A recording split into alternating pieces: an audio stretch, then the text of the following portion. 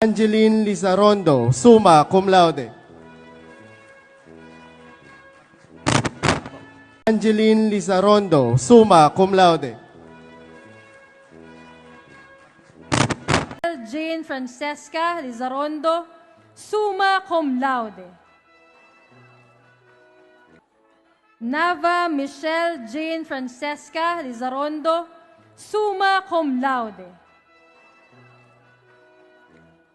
Yan yung dalawa kong apo na nagkaroon ng mataas na karangalan na summa cum laude.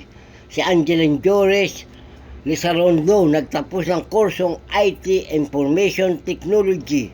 At ang isa naman ay si Michelle Jane Francisca Nava Lizarondo nagtapos ng kursong Bachelor of Arts and Communication ng pamantasan ng lungsod ng Maynila graduating class 2025. Pagkatapos ng graduation, nagsalo-salo ang buong pamilya para ipagdiwang ang nakamit na mataas na karangalan na summa cum laude. Masaya ang buong pamilya dahil tapos na sila at may trabaho nang nag-iintay.